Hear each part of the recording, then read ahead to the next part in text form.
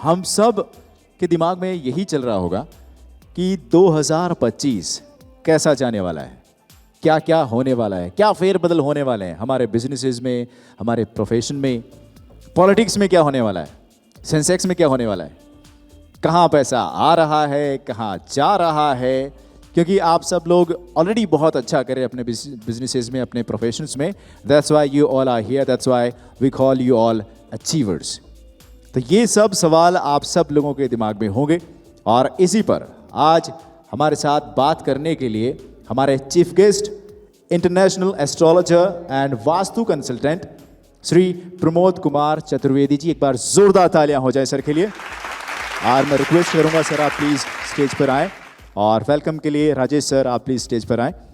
और इन सब पर बात करने वाले हैं तो आपके दिमाग में, आपके दिल में जो भी सवाल हो, जवाब हो, हम इन पर बात कर सकते हैं। So ladies and gentlemen, give it up for international astrologer and Vastu consultant. We have tonight, ladies and gentlemen, Sri Pramod Kumar Chaturvedi ji.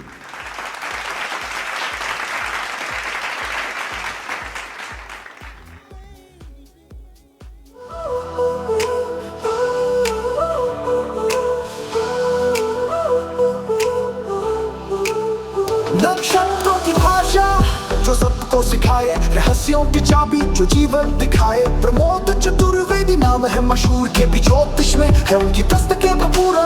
हाथों की रेखा, ग्रहों की चाल, सच कहे तो हर सवाल का हाल, ज्ञान का समंदर। Come on, ladies and gentlemen, give it up for our chief guest, Sri Pramod Kumar Chaturvedi ji. We have on the stage. गुरुजी, आपका इस मंच पे बहुत बहुत स्वागत है। आपकी कृपा, आपका आशीर्वाद मुझ पे बना रहे, कंपनी पे बना रहे।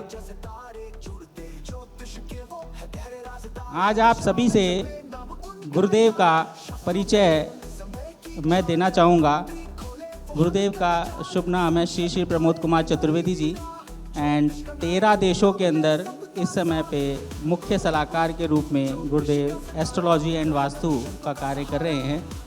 मेरे निवेदन पे गुरुदेव ने आज 2025, क्योंकि अंत 2024 का हो रहा है, तो 2025 के लिए पूरा प्लान बनाया है कि कैसा बिजनेस में उतार चढ़ाव आ सकता है, भारत की क्या गतिविधियां रहेगी, इलेक्शन पे क्या होगा, ऐसे जनता के कई सवालों का जवाब देने का अभी गुरुदेव एक सेशन लेंगे। तो प्लीज़ आप सभी लोग अच्छे से देखिएगा, जानिएगा, समझिएगा। उसके पहले मैं गुरुदेव का एक अभिनंदन करना चाहता हूँ, स्वागत करना चाहता हूँ, उनका सम्मान करना चाहता हूँ। तो प्लीज़ जया एक बार स्टेज पे आएँ। प्रमोद चतुर्वेदी का, प्रमोद चतुर्वेदी का राज।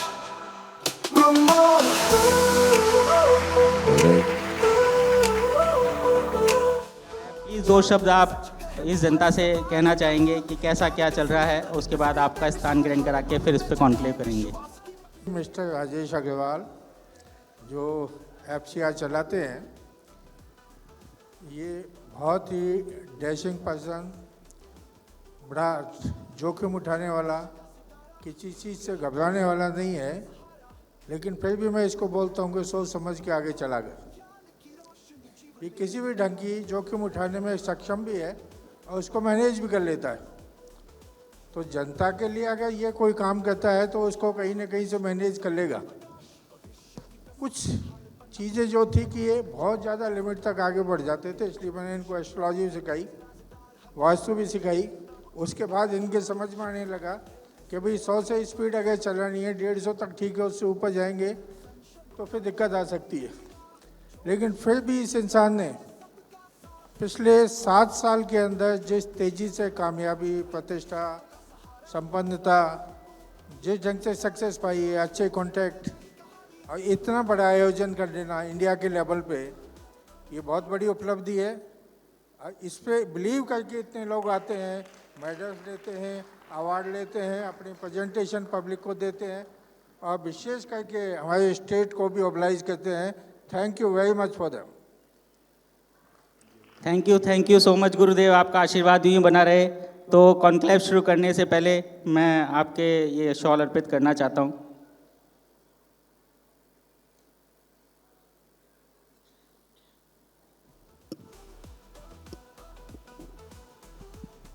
एक बार जोरदार तालियां हो जाए हमारे चीफ गेस्ट श्री प्रमोद कुमार चतुर्वेदी जी के लिए।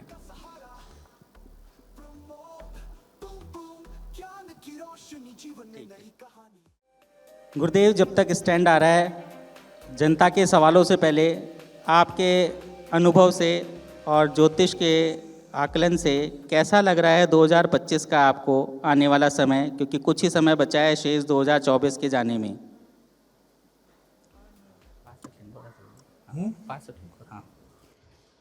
2025 कुछ चीज़ों में बहुत अच्छा जाएगा और कुछ चीज़ों में नेगेटिव भी काफ़ी है। जहाँ तक इंडिया की ग्रोथ देखते हैं तो इंडिया की ग्रोथ बहुत अच्छी है इस साल। इंडिया में इस साल के अंदर जनवरी से लेके दिसंबर तक हटा दूं? मिनरल्स, मेटल्स, सोना चांदी, मेजर मिनरल्स, इसके अंदर अच्छा बूम आएगा। बहुत अच्छे बेनिफिट मिलेंगे, कंपनियां काफ़ी ग्रो करेंगी। सेकंड नंबर जो आएगा वो माइनिंग का आएगा।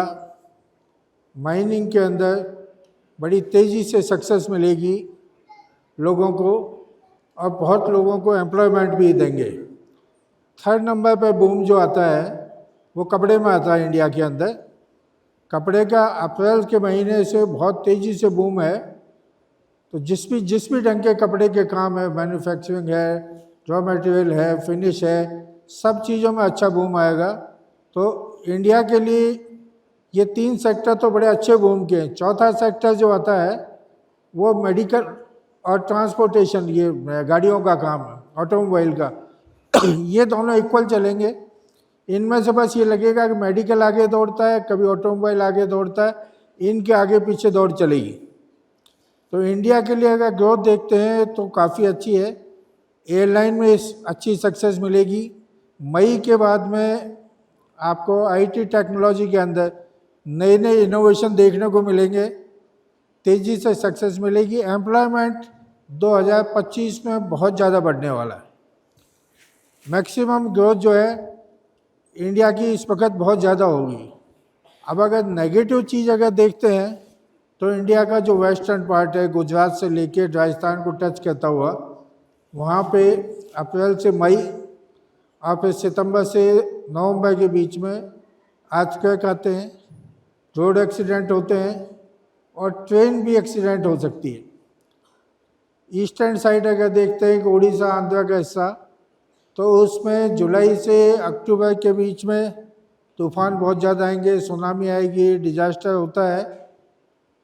ईस्ट साइड अगर देखते हैं तो जनवरी से मार्च तक ईस्ट साइड में शांति हो जाएगी। नागालैंड, मणिपुर, कोलकाता, बंगाल, यहाँ ऐसा लगेगा कि सुकून सा आ गया।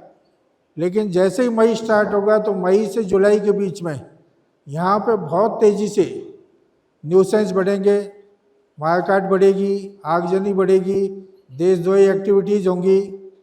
ये अप डाउन्स कंटिन्यू चलेंगे। अगर साउथ का देखते हैं तो साउथ के अंदर इस वक्त पॉलिटिकल बदलाव की स्थिति बनेगी। धरने, प्रदर्शन, आगजनी, जुलूस, ये बहुत तेज़ी से होंगे। लेकिन ये सब चीज़ मई से होंगे। इसमें जो सबसे एक नेगेटिव चीज़ जो है हिंदुस्तान के लिए वो है कि जुलाई से सितंबर के बीच में कोई प्लेन क्रैश हो सकता है। तो उसमें मोटा डिजास्टर मुझे नज़र आता है। और वो जो प्लेन होता है वो उसकी जो अगर ट्रैवलिंग पाथ देखते हैं तो हम बिल्कुल साउथ से और साउथ ईस्ट दिशा में जाने वाला प्लेन जो है वो क्रैश होता है। और 3 महीने ऐसे भी आएंगे, मई का महीना, अगस्त मिडिल के बाद में सेकंड फेज 15 से 30 अगस्त का महीना, और दीपावली के बाद के 20 दिन, इसमें 3 ट्रेन एक्सीडेंट भी हैं। ये नेगेटिव चीज़ है इंडिया के अंदर। एजुकेशन सेक्टर है उसमें बहुत स्लो, सीधी सीधी धीमी धीमी इफेक्ट होगी। एक चीज़ बहुत अच्छी होगी 5 मई के बाद में कि जितने भी जमाखोर, पूंजीखोर, बेईमान नेता, अफसर ये हैं, उनके लिए आप ये समझ लो कि शनि उनके सिर पे बैठ जाएगा। वो कहाँ तक भगते हैं, कैसे बचाव करते हैं और गवर्नमेंट कितनी संपत्तियाँ उनकी अटैच करती है, ये इसमें बड़े बड़े नाम आएंगे, बड़े प्रतिष्ठित नाम आएंगे, बड़े पद के लोग आएंगे। तो ये एक नेगेटिव चीज़ इंडिया के लिए है। इस टाइम में अभी फरवरी के महीने से कंस्ट्रक्शन में भी बूम काफ़ी आएगा, कंस्ट्रक्शन में आएगा, लैंड में आएगा, मगर 2026 आते आते जो प्लॉटिंग का काम है कि ज़मीन लेके जो प्लॉट काटते हैं वो एकदम काफ़ी स्लो होने वाला है। सिर्फ इसमें कंस्ट्रक्शन चल पाएगा। इस महीने 1 साल के अंदर थोड़ा बहुत ज़मीनों का काम चलेगा, बाकी मेजर सेक्टर हैं वो कपड़ा है, माइंस है, मिनरल्स है, मेडिसिन है, आईटी है, ये इनमें अच्छा बूम चलेगा। ऑटोमोबाइल में भी अच्छा होगा, ऑटोमोबाइल और मेडिकल बिल्कुल आगे पीछे चलेंगे। मेटल में मेटल की कीमतें एंड आते आते तकरीबन 40% बढ़ेंगी। इसमें सोना भी है, चांदी भी है, तांबा भी है, जस्ता भी है, सब की कीमतें 38-40% दिसंबर तक बढ़ जाएंगी। गुरुजी 40% की तेजी यानी मेटल में, मेटल में 38 से 40% की तेजी 1 साल के अंदर। गुरुजी ऑलरेडी 25 से 30% की तेजी गोल्ड और सिल्वर ले चुके हैं, मेटल में वैसे सारे ही सेक्टर ले चुके हैं, तो और तेजी आएगी। अभी तेजी काफ़ी आने वाली है, 1 महीने की बात है, जैसे जनवरी एंड होगा तेजी एकदम चालू हो जाएगी। मेटल में काफ़ी अच्छी तेजी आएगी, मेटल और सेंसेक्स इसमें भी जो है ना दौड़ चलेगी कि कौन तेजी से आगे बढ़ता है। गुरुजी जनता जानना चाहती है, जिनको स्पेकुलेशन की आदत सी है या शौक है या व्यापार है, कि क्या क्रूड ऑयल के अंदर भी कुछ चेंजेस आने वाले हैं? क्रूड ऑयल में कोई मोटा चेंज नहीं है, किसी भी ढंग का चेंज नहीं है। क्रूड ऑयल जो है इंटरनेशनल पॉलिटिक्स को लेके गवर्न करता है, तो इंटरनेशनल में बेसिकली यूरोप के पास पैसा ख़त्म हो गया है, गल्फ कंट्रीज के पास में तेल की सप्लाई कम हो गई है, वो भी फाइनेंशियली वीक हैं। आज के टाइम में इंडिया एक कार्ड दे दो कोई सा भी, बिगेस्ट एक्सपोर्टर कोई सा है भी दे दो, ऑयल का, मेरे को तो देखनी है। जो यूरोप, ईस्टर्न यूरोप और एशिया में होटल में मैक्सिमम तेल सप्लाई करने वाला कंट्री इंडिया है। तो कीमत बढ़ाने की स्थिति में तो नहीं है गल्फ कंट्रीज, इसलिए तेल में कोई उछाल दिखता नहीं है, कोई डाउन भी नहीं दिखता है, तो स्टेबल दिखता है पेट्रोल। तो अच्छा गुरुजी अगर जनता आता है तो थोड़ा नीचे आ सकता है 5-7% बस, अच्छा, ज़्यादा इसके अंदर कोई फ्लक्चुएशंस नहीं है। फ्लक्चुएशन नहीं। गुरुजी जनता जानना चाहती है कि शेयर मार्केट के अंदर इंटरनेशनल इन्वेस्ट और नेशनल इन्वेस्ट दोनों बहुत तेज़ी से बढ़ा हुआ है, क्या ये भारत के लिए आगे लगातार ऐसा इन्वेस्ट बढ़ता चले जाएगा?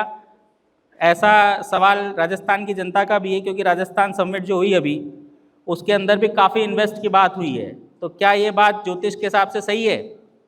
इंडिया का अगर देखते हैं तो अभी इंडिया का सेंसेक्स 78,000 के आसपास है, गोल्ड भी इसी के आसपास है, 76-78,000 के आसपास है। इन दोनों में भी दौड़ लगेगी कि साल के एंड तक 1 लाख से ऊपर कौन जाता है।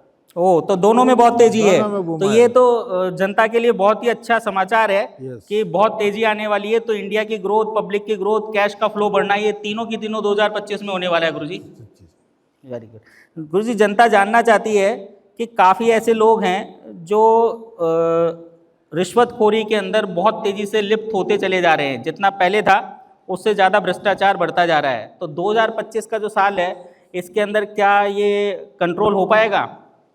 भ्रष्टाचार बेसिकली चाणक्य के टाइम से चला है, तो इसको कोई भी फुल समाप्त नहीं कर सकता। जैसे जैसे शासक आते हैं उनमें तब्दीली आती है, लेकिन इस साल में मोटे मोटे हाथी पकड़े जाएंगे, बड़े अफसर पकड़े जाएंगे, बड़े तस्कर पकड़े जाएंगे, कुछ पॉलिटिशियन मोटे वो पकड़े जाएंगे।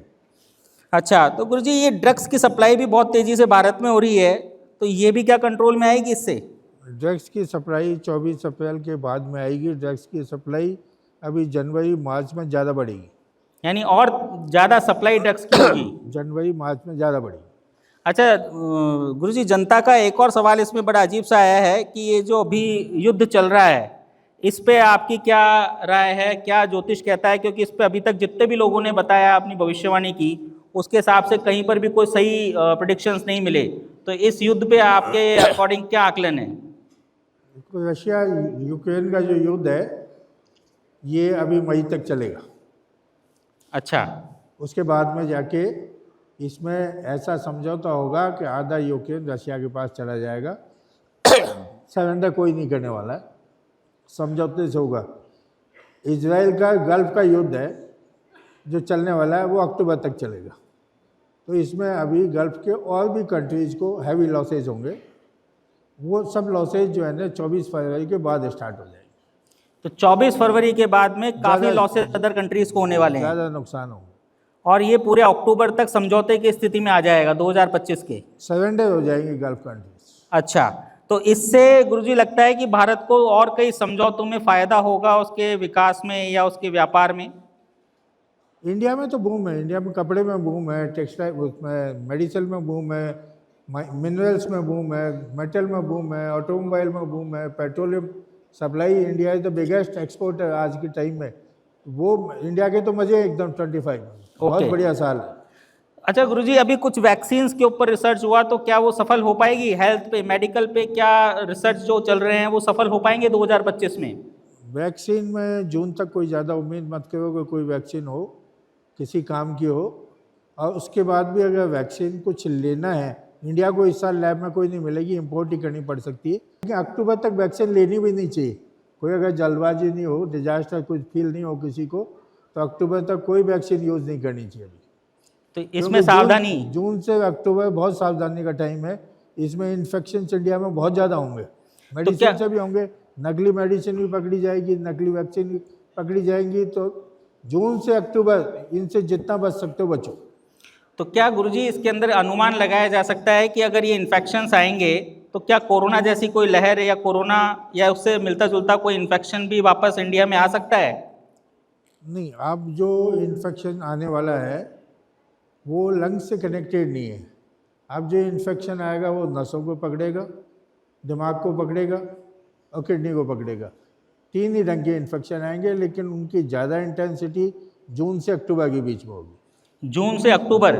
तो इसमें कोई सावधानी गुरुजी आपके हिसाब से, ज्योतिष के हिसाब से, आयुर्वेद के हिसाब से लोगों को सतर्कता बरतनी चाहिए, और क्या ऐसी चीज़ है जिसका सेवन करना चाहिए, ये आप जनता को प्लीज़ बताएंगे? एक्सरसाइज करें, फालतू मेडिसिन से बचें, बाहर के खाने से बचें। 3 चीज़ें। वेरी गुड, ये तो आप सभी को नोट कर लेना चाहिए आई थिंक। तो अभी गुरुजी से और जनता के सवालों पे बात कर रहे हैं। मैं जानना चाहता हूं कि आज यहाँ जो जनता बैठी है उनका कोई सवाल है? हाथ खड़ा करें, कौन कोई सवाल पूछना चाहता है? आइए आइए सर, आप आइए। एक प्रश्न तो पॉलिटिकल है कि राजस्थान में कोई उथल पुथल होगी या ये सरकार चलती रहेगी। दोनों प्रश्न बोल रहा हूँ मैं। दूसरा, यहाँ जितने भी अवार्डी थी अभी है, इनमें से कितने परसेंटेज को सफलता मिलेगी इस फील्ड में आगे चल के? राजस्थान में 2025 में कोई चेंज नहीं होने वाला। मार्च के 2nd वीक के बाद में मंत्रिमंडल में एक्सपेंशन होगा। उसमें 4 मंत्री हटेंगे, 9 आएंगे। डिप्टी सीएम की क्या स्थिति रहेंगी? डिप्टी सीएम जो 2 है, ये दोनों रहेंगे या इनमें भी कोई जाएगा? डिप्टी सीएम एक हटेगा, एक नया आएगा। सेकंड क्वेश्चन कि ये यहाँ जो अवार्डी जो जितनी फीमेल अवार्ड जिन्होंने लिया है, इनमें से कितने परसेंट इस फील्ड में सक्सेस होंगी फ्यूचर में जाके? जिन्होंने अभी अवार्ड लिया है, 8 कैंडिडेट, 10 कैंडिडेट, 12 कैंडिडेट, जिन्होंने, इसमें से कितने परसेंट इस फील्ड में सक्सेस होंगे? हाँ, ये अच्छी बात की।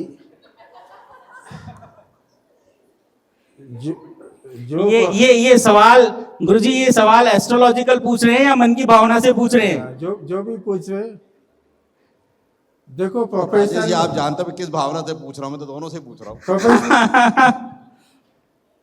प्रोफेशनल के अंदर एक चीज छूट गई थी, आपने अच्छा किया एक सवाल किया। इंडिया में 2025 में सिनेमा में भी बहुत मोटे चेंजेस आएंगे, बहुत सारे पैटर्न बदल जाएंगे, आपके म्यूजिक में भी चेंज आएगा, है ना।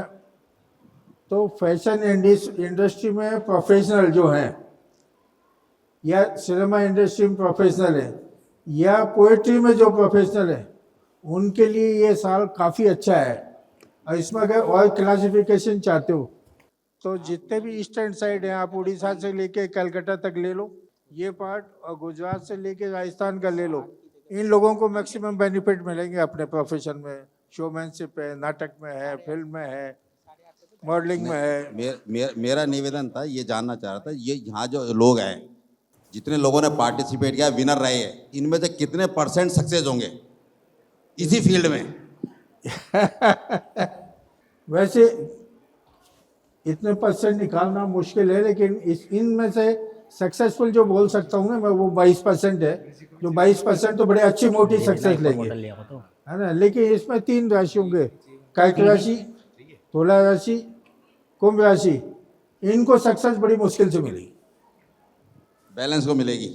3 के लिए मुश्किल, बाकी 22% बहुत अच्छी जो है ना, आगे चल के फ्यूचर बहुत अच्छा बनने वाला है। चलिए राजेश जी, बची हुई बैलेंस जिनकी भी राशि है उनको कांग्रेचुलेशन एडवांस में दे दीजिए आप।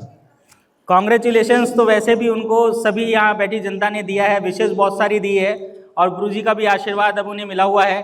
और मैं उम्मीद करता हूँ कि जितने भी प्रतिशत गुरुजी के हिसाब से आकलन है, उसे और मेहनत करके, कर्म करके उसे और सफलता की तरफ बढ़ाया जा सके, उसकी कोशिश करें।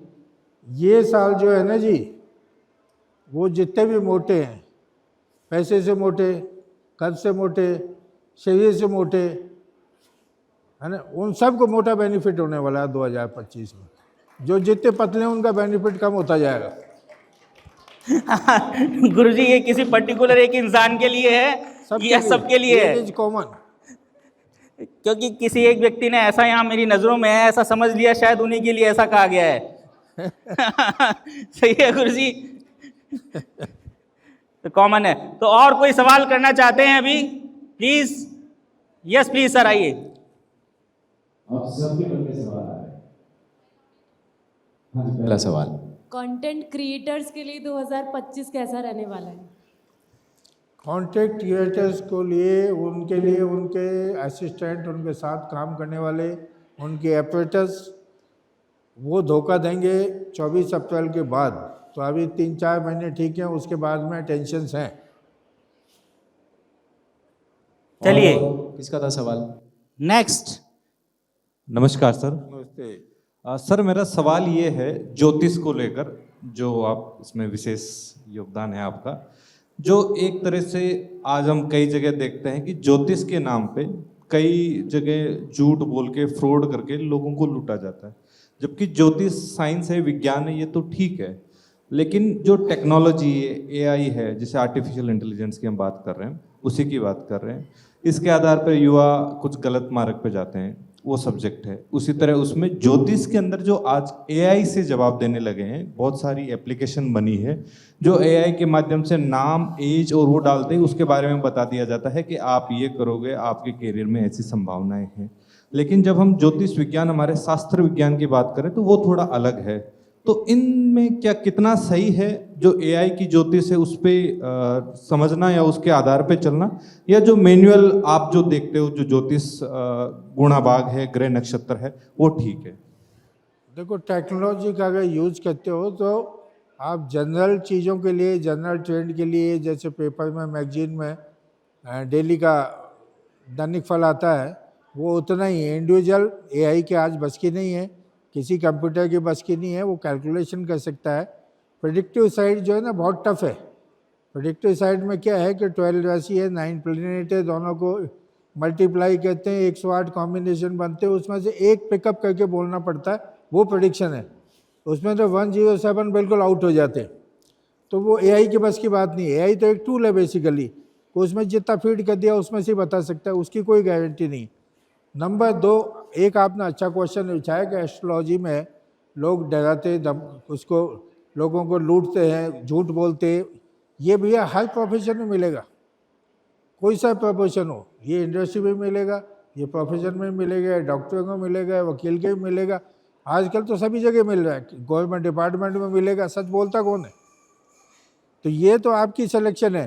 आप अपने बच्चे को अगर एडमिशन कराने जाते हैं, स्कूल आप देखते हो, ट्रीटमेंट के लिए जाते हैं, डॉक्टर अच्छा आप देखते हो, कोर्ट केसे के लिए जाते हैं तो वकील अपना अच्छा देखते हो, मकान लेने जाते हैं तो एजेंट्री अच्छी देखते हो। ये सिलेक्शन आपका खुद का है। अगर आपके सिलेक्शन में चूक है तो आप नुकसान उठाओगे, वो कोई दूसरा जिम्मेदार नहीं है इसके लिए। ये हर फील्ड में, और ये इमीडिएट ख़त्म होने वाला भी नहीं। सर नमस्ते। सर मेरा सवाल है कि 2024 में कुछ राशियों पर जैसे कष्ट आया है, कुछ दुख आए हैं, और तो 2025 कैसा जाएगा? जैसे मिथुन राशि हुई और कन्या राशि है, उस पर कुछ जैसे आए हैं कुछ कष्ट, तो अब ये 2025 में क्या सॉल्यूशन मिलेगा उसका? कुछ कैसा जाएगा सर 2025? 24 जितने राशियों का नहीं है, जी 2024 में 26 मार्च के बाद में जी है ना, वो मैक्सिमम जो है ना लोग टेंशन में आए हैं, जी सर। है ना। वो इसमें कोई क्राइटेरिया नहीं, उसमें डॉक्टरों के लिए भी मुसीबत हुई है, एडवोकेट के लिए भी हुई है, जजेस के लिए भी हुई है, पॉलिटिशियन के लिए भी हुई है। जी सर। तो ये जनरलाइज अगर साथ देते हैं सबको दिक्कत हुई है, और सबसे ज़्यादा दिक्कत अक्टूबर से लेकर अभी तक चल रही है। बिल्कुल सर। इस टाइम में टेंशन ज़्यादा है, स्ट्रेस ज़्यादा है, इनडिसाइसिव हो गए हैं लोग। जी सर। तो अगर पर्टिकुलर जैसे आपने 2 राशियों में बोला जी सर। कि 2025 कैसा जाएगा, तो 24 फरवरी के बाद इन दोनों का अच्छा बूम है। Thank you sir, thank you sir. Next. प्रणाम गुरुजी, मैं उड़ीसा से हूँ। मेरा सवाल एक्चुअली इंडिया को लेके है। हमारे जो प्राइम मिनिस्टर मोदी जी हैं वो बोलते हैं कि दुनिया में भारत जो है वो विश्व गुरु बनेगा, लेकिन अभी जो हमारा हालत है जीडीपी नीचे जा रहा है और रुपया का जो वैल्यू है वो और भी कम होते जा रहा है। तो मेरा सवाल ये है कि जो लोग बोल रहे हैं क्या वो सच होगा, रुपया का वैल्यू बढ़ेगा या और फिर नीचे होता जाएगा, इसका बोलिए। Thank you. मोदी जी जो बोलते हैं विश्व गुरु बनने का, उसमें अभी टाइम है, वो 2042 का टाइम आएगा तब बन पाएंगे। हिंदुस्तान की अगर जीडीपी का आप बात करते हो तो 2025, 26, 27 ये मैक्सिमम जीडीपी बढ़ेगी। इंडिया की ग्रोथ 3 साल बहुत अच्छी होने वाली, वर्ल्ड में सबसे बेस्ट ग्रोथ होगी। दिक्कत खाली सी इतनी सी है कि मोदी जी को अक्टूबर 2026 में हेल्थ प्रॉब्लम एक्सपेक्टेड है। अगर वो उससे निकल जाते हैं तो 2034 का चुनाव जिताने के बाद में वो पार्टी की बागडोर किसी दूसरे को संभालेंगे। ये तो बहुत ही जबरदस्त सवाल आपने पूछा और इसमें तो बहुत सारे जवाब आ गए। तो गुरुजी, ये आपके हिसाब से जीडीपी बढ़ना 3 साल हमारे भारत के बहुत ही अच्छे जाना, और मोदी जी का जो हेल्थ का आपने एक ही सवाल में जवाब दिया, ये आकलन ज्योतिष का गुरुजी आपने अभी फर्स्ट टाइम ही बताया है या आप पहले से बताते आ रहे हैं? नहीं, पहले मैंने जिसको इन्फॉर्म करना चाहिए उसको इन्फॉर्म कर दिया था 13 साल पहले कि अक्टूबर 26 में नर्वस प्रॉब्लम की दिक्कत आएगी, एंड मेंटली तैयार भी हैं वो इसके लिए। कोशिश भी उनकी है, वहाँ से निकल जाते हैं तो 2034 का चुनाव जिताने के बाद में 35 में छोड़ते हैं, 36 में छोड़ते हैं, उसके बाद ही सीट छोड़ेंगे। यानी फिर तो गुरुजी काफी लंबा समय हो गया। Yes, very good. ये तो हमारे देश के लिए, मोदी जी के लिए एक अच्छा समाचार भी होगा कि अगर ऐसा हो जाता है तो 2034 तक हमें भारत को एक अच्छा लीडर अभी जो चल रहे हैं उसके तौर पे नरेंद्र मोदी जी का नाम चलता रहेगा। तो नेक्स्ट अब चलते हैं मदर सवाल की तरफ। जनता किससे क्या पूछना चाहती है? नमस्ते गुरुजी, यहाँ पे हमने आई थिंक एवरीथिंग कवर कर दिया है, but we still haven't covered the very big reason why India and not only India, the whole world is lagging behind, women safety. Like we all know, I think we all know the Kolkata rape case and we know it's still not gotten justice. तो आप मुझे बता सकते हैं क्या कि 2025 women के लिए, स्पेशली women and infants के लिए कैसा रहेगा, क्योंकि इंडिया ने अभी तक कोई अच्छी खासी ग्रोथ तो दिखाई है नहीं। वुमेन सेफ्टी के लिए आपको खुद को सेफ होना पड़ेगा। फर्स्ट वीक ऑफ जुलाई 2026 तक कोई भी एक्स्ट्रा सेफ्टी की गुंजाइश बिल्कुल नहीं दिखती है, बल्कि केयरफुल होना चाहिए। तो ये सभी के लिए एक मैसेज है कि उम्मीद ना करें, खुद पे बिलीव करें और अपनी रक्षा खुद करें। जब तक समय 2026 का आए उसके पहले आत्मरक्षा खुद की करना शुरू करें। क्या सही है गुरुजी ये बात? बिल्कुल सही। जुलाई फर्स्ट वीक के बाद 2026। तो 2026 तक आप सतर्क रहें, सावधान रहें और अपनी सुरक्षा खुद करें। कोशिश करें कि किसी भी तरह की कोई भी असामाजिक तत्व या गतिविधियां अगर नजर आए तो उससे परहेज करके दूर रहे और दूरी बना के रखें। नेक्स्ट, किसी का सवाल? किसने हाथ रेज किया? प्रणाम गुरुजी, माय सेल्फ दीपिका विजय। मेरा सिंपली क्वेश्चन है, एस्ट्रोलॉजी में कैसा रहेगा आगे का 2025? एस्ट्रोलॉजी में ये बड़ा अच्छा क्वेश्चन किया आपने। एस्ट्रोलॉजी में आपको 18 से 24% लोग गायब हो जाएंगे इसमें से, एस्ट्रोलॉजी में से। अच्छा गुरुजी, 18 से अपना प्रोफेशन ही बदल लेंगे। अच्छा, प्रोफेशन ही बदल जाएगा?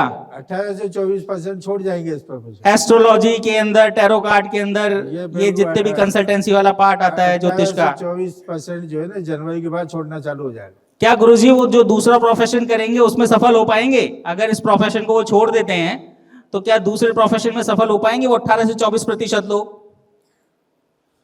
जितने शोमैनशिप के काम हैं, जितने बोल के करने वाले हैं, मेडिकल का, लेक्चर का, एडवोकेट का, लाइसेंस का, प्लानर्स का, ये लोग ज्यादा सक्सेसफुल हैं।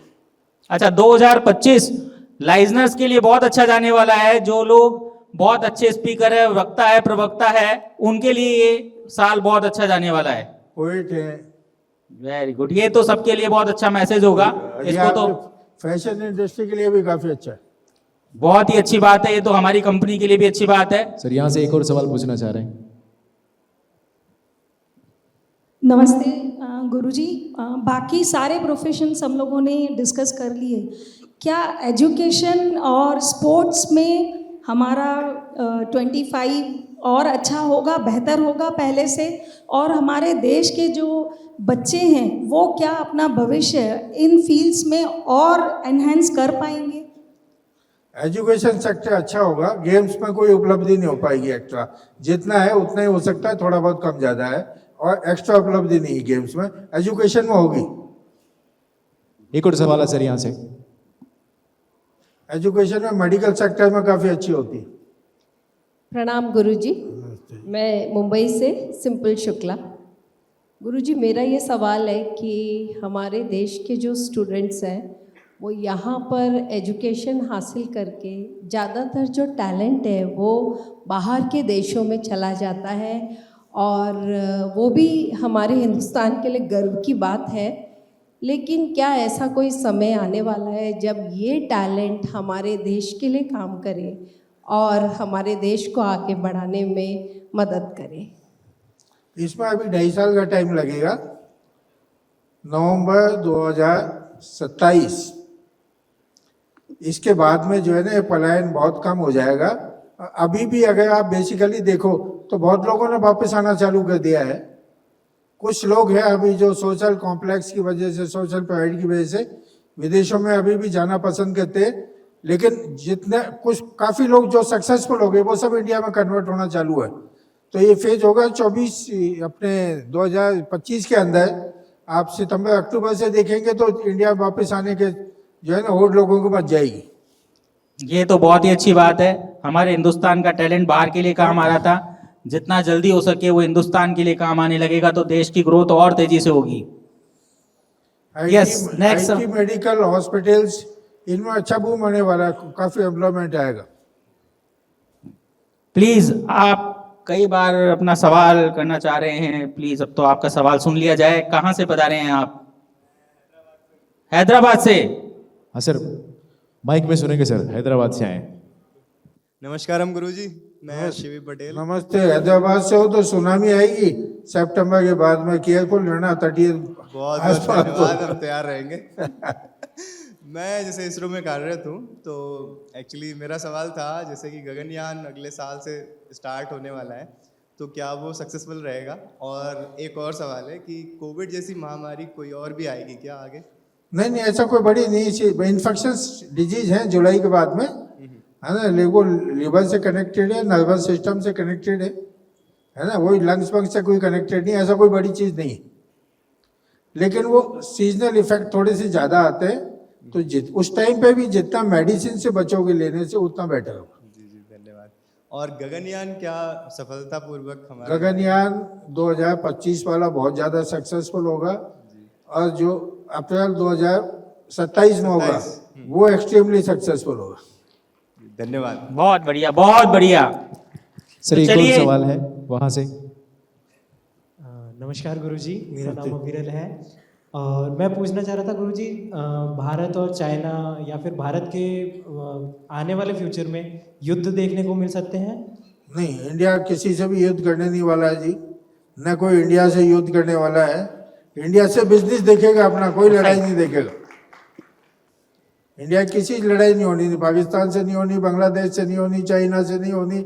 इंडिया से 3 साल बिजनेस के लिए बढ़िया इंडिया का लगातार कंटिन्यूस। तो जनता के सवालों का जवाब अब मिल चुका है। गुरुजी, आप एक मैसेज आप जनता के लिए जो यहाँ है और जो यहाँ से आगे सोशल मीडिया के थ्रू पूरी दुनिया में पहुंचने वाली है, तो पूरी दुनिया के लिए, पूरी दुनिया की जनता के लिए क्या एक मैसेज देना चाहते हैं आने वाले 2025 के लिए?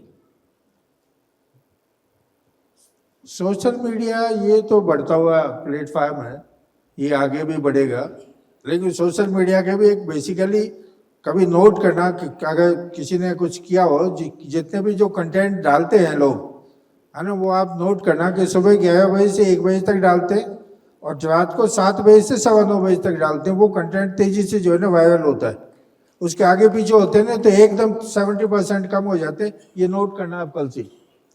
अच्छा गुरुजी, आपकी तरफ से 2025 के लिए पूरी जनता के लिए क्या मैसेज है? क्या वो 2025 अपना सफल कैसे बनाए? क्या एक मेन आपका मूल मंत्र है कि उसको फॉलो करें और 2025 को सफल बनाएं? देखो, सफलता के लिए तो मेहनत सबसे इम्पोर्टेंट है ना। सिर्फ एस्ट्रोलॉजी या तकदीर काम नहीं करती। जैसे नहीं बोलते कि एक लॉकर के अंदर 2 चाबियां होती है, एक मैनेजर के पास होती है, एक आप लेके जाते हैं। जब दोनों चाबी लगती है तो लॉकर खुलता है। तो ऐसे ही सक्सेस खुलती है जब दोनों चाबी लगती है। तो मेहनत तो इम्पोर्टेंट है ना। तकदीर आपको अपॉर्चुनिटी देगी, मेहनत तो करनी पड़ेगी, लेकिन 2025 और मई 26 तक का टाइम ऐसा है, खाओ पियो, हेल्थ बनाओ, मस्त हो, कम सोचो, कम दवाई खाओ, उतने ही सक्सेसफुल होते जाओ। तो ये तो बहुत ही आसान काम है पूरी जनता के लिए, पूरी दुनिया के लिए। तो चलते हैं अब हम। क्या आखिरी सवाल आपका? आइए आइए, आप थकते नहीं है सवाल करते हुए। Very good, very good. Sir, अभी 2-4 दिन पहले जो अजमेर रोड पे, अजमेर हाईवे के ऊपर जो एक्सीडेंट हुआ, उसमें अलग अलग आयु वर्ग के व्यक्ति एक ही टाइम पे आके एक ही स्पॉट पे खत्म हो गए। अगर उनके जन्म पत्रियों के हिसाब से एनालिसिस करें, सबकी उम्र अलग अलग थी, लेकिन उस पर्टिकुलर टाइम पर्टिकुलर पॉइंट पे आके सब एक साथ कैसे उलट गए? नहीं, ये कौन सी ज्योतिष लागू हुई? मेदिनी ज्योतिष लागू हुई? कौन सी ज्योतिष लागू हुई? नहीं, इसमें मेदिनी ज्योतिष तो एस्ट्रो उसके पॉलिटिक्स के काम आती है, ये वैदिक ज्योतिष में ही है।